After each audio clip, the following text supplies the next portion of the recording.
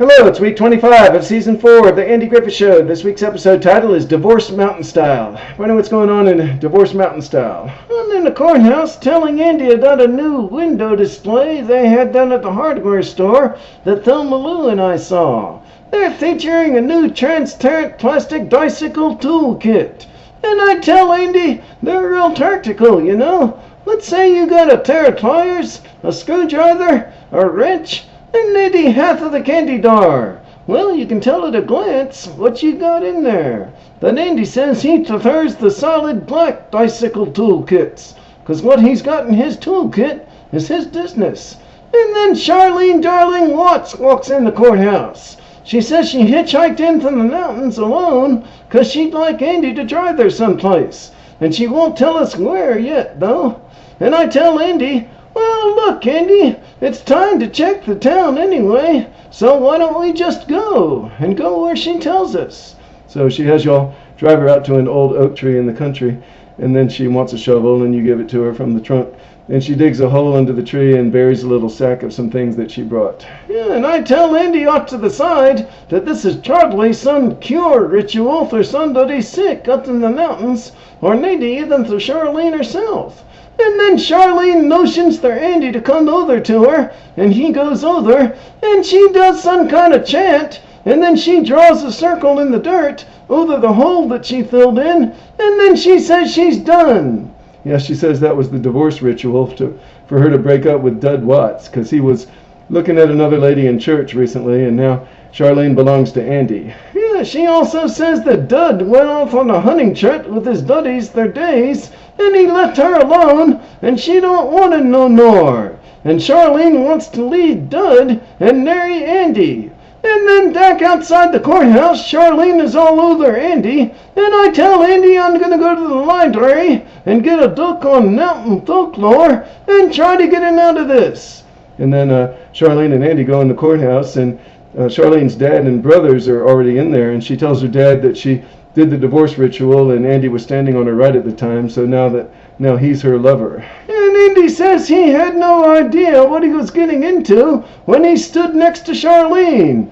And Mr. Darling says, oh, you've been wooing her for a long time. You've been locking eyeballs with her, holding your stomach in when she's around, and since the deed has been done, come the next full moon, there's going to be a wedding ceremony. And later, after they've all left, I come in with a book on mountain folklore, and I say, Andy, you're in a jam, and I'm going to get you out of it. This is more serious than you realize. There's got to be an antidote in here for the divorce proceedings. And Andy says he's not interested. He's just not going to go along with their foolishness. Then I find one, and I read anyway. If the intended shall dig up the proceedings before the moon comes full, the divorce proceedings are null and void. Andy, I've heard you say it 1,000 times. If there's a peaceful way out of the problem, take it.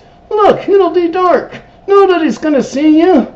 And Andy still says no. But then Dud comes storming in, the husband of Charlene, accusing Andy of stealing Darlene, saying they're going to have to fight it out. But Andy throws him out. But then Dud threatens Andy again through the window. So Andy and I go out, and Andy starts digging up the divorce, but Mr. Darling and his sons come up and tell him to stop, and they say if Andy wants to continue digging, he's going to have to fight them all. So Andy stops, and Charlene starts kissing Andy again. And back in the courthouse, I tell Andy, well, you'd never really looked at the bright side of this situation. Charlene is a very pretty girl. She's got a good singing voice, and you both love music. You clean Briscoe and the boys up. They wouldn't be too tough to live with. And Andy says he's still not interested. So I look in the book again, and we find a way to curse the bridegroom in the union by his being tasked by a white horse and a rider dressed in black, riding east to west during a full moon. And Andy says I can be the guy dressed in black. And later, when I get dressed, I say, I feel like a real idiot. Black makes me look so thin. And Andy gets me on the horse and tells me to wait 30 minutes. Meanwhile, Charlene and the boys are singing and playing in the courthouse, and Andy comes in and they want to get started earlier with the walk to the preacher than he had planned. so the timing's going to be off. And you're having trouble controlling the horse anyway, making him go east to west. But Dud buys y'all some time by coming up and wanting to fight with Andy again. And finally I get the horse to ride by, going east to west while they're walking. So Charlene sees it and says this marriage is cursed. And Dud says to Andy, it serves you right. And then he and Charlene make up again. And then we have a little reception in the courthouse for them, where Andy plays music with Mr. Darling and the boys, and I dance a little bit. Well, great. I'm glad it worked out. We'll see you next week for episode 26.